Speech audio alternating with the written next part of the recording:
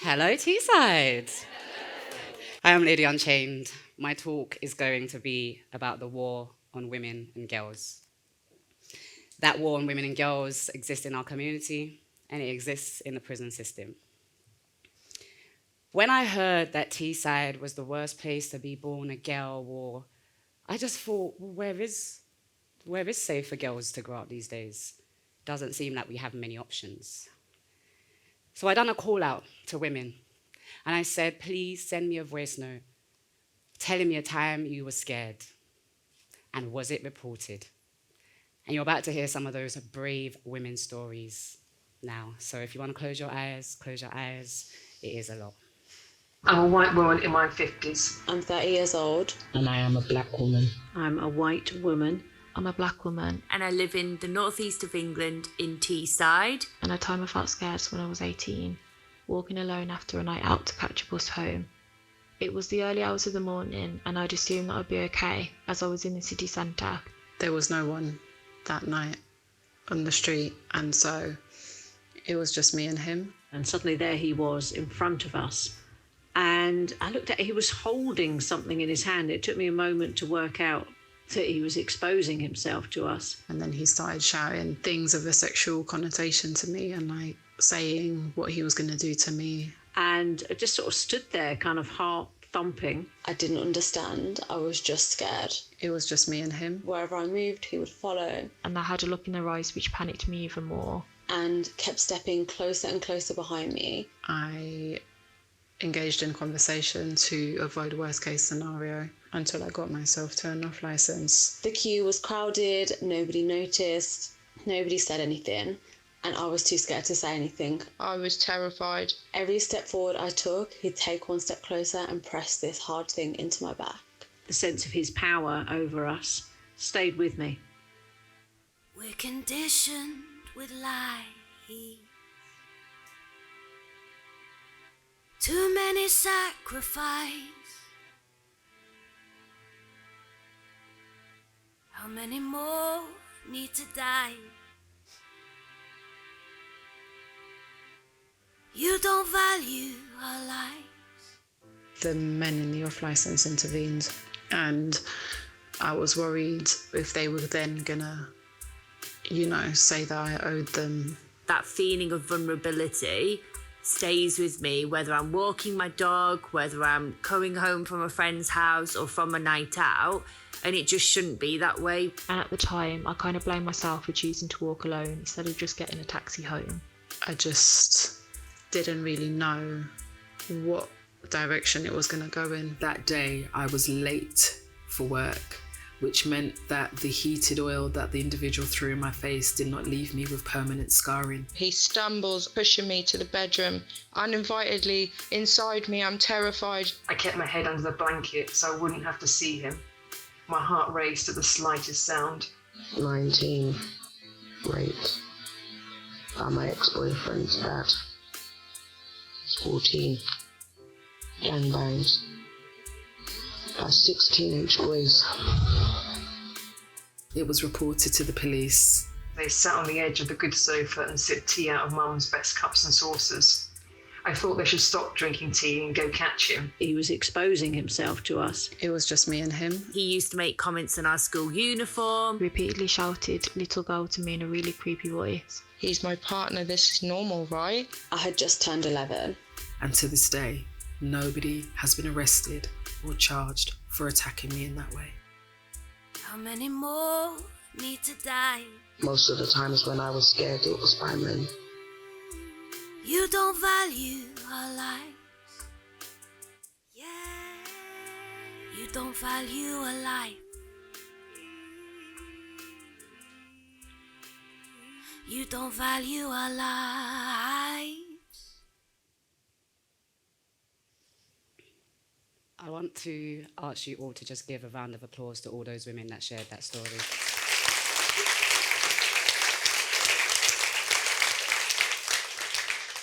I'm honoured to say that I feel like they are standing with me on the stage. I'm not standing on my own. I'm standing with all women, black, white, Asian, my mixed heritage sisters who often get forgotten and are thrown into whatever box the storyteller wants to put them in. I want to shout out my amazing vocalist, and she's right there, MIRI. Thank you so much. And you'll be hearing from her a little bit later on. And of course, my producer, Arthur from National Prison Radio, who put those together and actually said, it shouldn't be so easy to make those stories sound like one narrative. Between 2009 and 2019, there has been 1,571 killings of women by men. A woman is killed every 3 days. The killings didn't stop in 2019, though. We had 110 women killed by a man in 2020. 52% of women killed or murdered were murdered by a current partner or former partner. 70% of those killings took place in the home of the victim or the perpetrator. And yet, women in prison are going through all of this. They're in prison, a lot of them, for loving the wrong man. That can happen to all of us. But yet, those women in prison feel safer in prison. No woman should feel safe in prison. As women, we hide our scars and grief behind contoured smiles until prison bars strip them smiles straight off our faces. We are left looking into a mirror that only reflects and highlights our rejection, our shame, our confusion. I'm going to read you a poem. This is my storytelling anthem.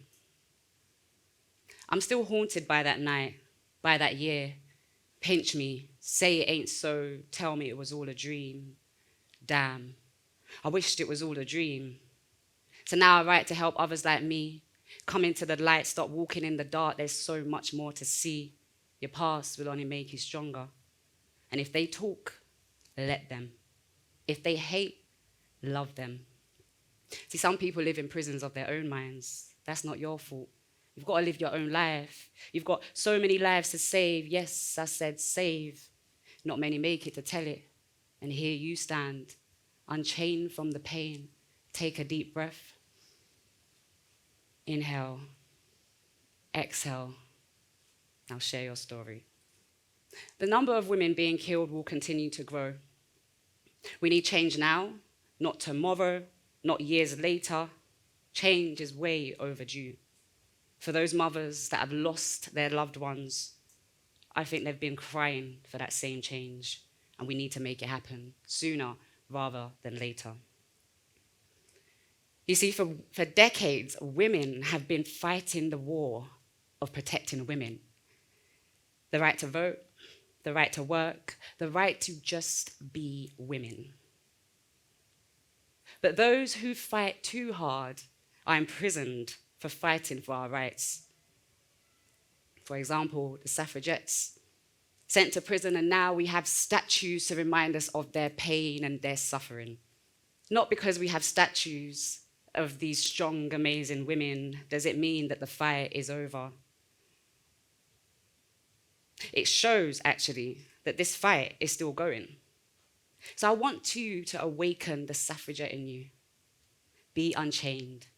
Be fearless. Our pain is our strength. In 2009, a 21-year-old me was sent to prison for defending my sister when she was attacked in a nightclub.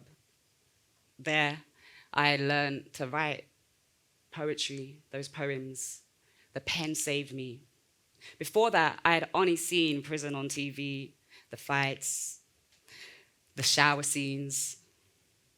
It painted a picture of a madhouse, a place that houses out of control and dangerous, unsavable women.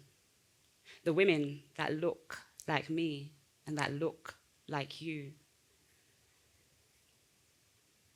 A place filled with darkness, depression, sadness, and a scent of death. Traumatized women sitting in prison are re-traumatized in the justice system. But yet again, I need to stress that there are many women in prison who feel safer in prison. And again, I am going to repeat, no woman should feel safe in prison. Over half of the women in prison have experienced domestic violence. Over a third have experienced sexual abuse. More than half of those women have gone through childhood abuse. Women in prison only make up 4% of the prison population, yet make up 32% of all self-harm incidents in prison. 17,700 children are separated from their mothers by imprisonment. And only 5% of those children remain in the family home. In September 2019, a newborn baby died in prison. Another was stillborn in 2020, June. There has been 94 women died in prison since 2011. 94. It sounds less than what's happening in the community, so you can kind of understand why women feel safer in prison. When I go into prison, I facilitate workshops. I help people take that pen so that it can save them like it has saved me. We're conditioned with lies. Too many sacrifice. How many more need to die? You don't value a life. You don't value a life. You don't value our lives.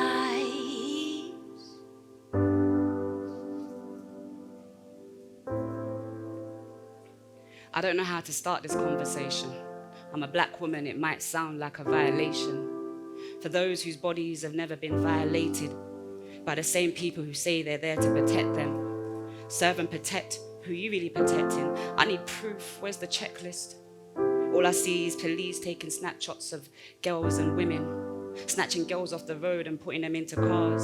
Is that what you call protecting?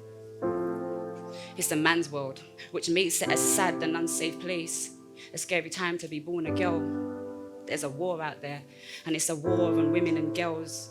A war on me and you, on mothers and daughters, who will give birth to our future sons and fathers, who may go on to abuse our future daughters.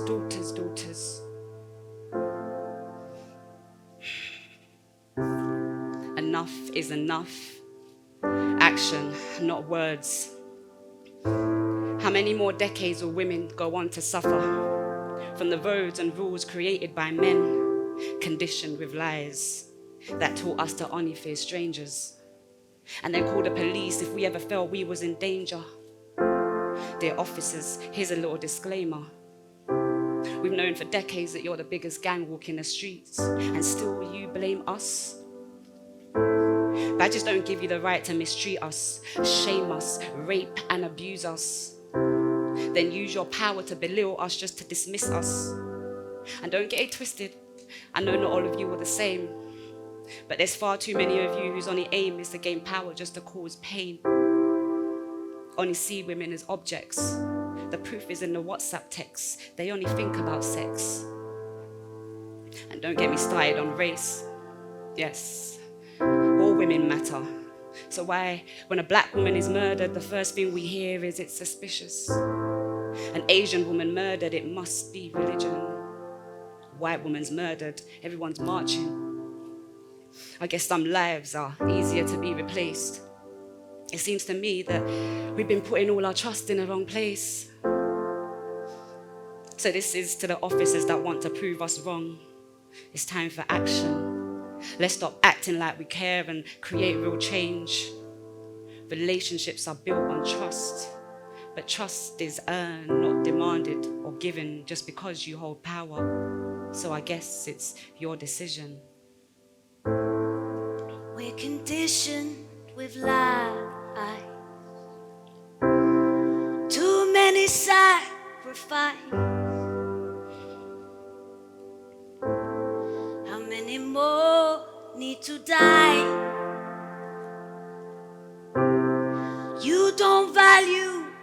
our lives. And to the man them on the ends, must have thought cause I was calling out feds, I forgot about your threats. Fears of walking home alone, avoiding areas that make us feel weak. You've cast darkness where light used to live. Beaten up on the streets and behind the sheets. Prison sentences have become our safety blanket. We hide our pain behind bars that have become our safety net. While you hide in plain sight, getting reps on the streets. While we keep your secret scars deep rooted, allowing others to be mistreated, beaten. We went from being cold butters to being stabbed on buses. That's another woman burying her child, while another is begging for her son's forgiveness. Watching her son grow through glass, while another lowers her daughter's body to the ground. Shattered dreams of who they could have become. Wounded wombs shed bloody tears. As one woman's dream becomes another's nightmare. I guess that's just the pain women have to bear, because it's a man's world, which makes it a sad and unsafe place, a scary time to be born a girl. There's a war out there, and it's a war on women and girls, a war on me and you, on mothers and daughters who will give birth to our future sons and fathers, who may go on to abuse our daughters.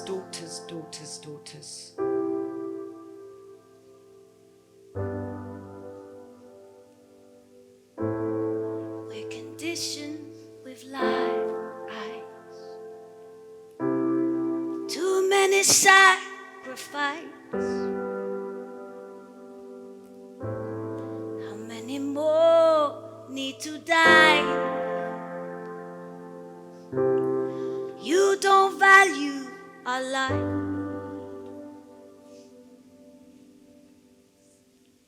Thank you so much, MIRI. Today we're here to see the opportunity, and I want you lot to take this time to use this opportunity to support each other as women. I want you to see all women forget about race, forget about class, forget about area, and just see each of you support each other. What I want to do now is I want to ask each and every one of you to share a statement. When you're ready, we will give you an email address, and I want you to send me a statement of a time you were scared as a woman. What I would love to do with those statements is create another spoken word piece and hopefully create a movement of women supporting women. I'm Lady Unchained. Thank you so much for having me.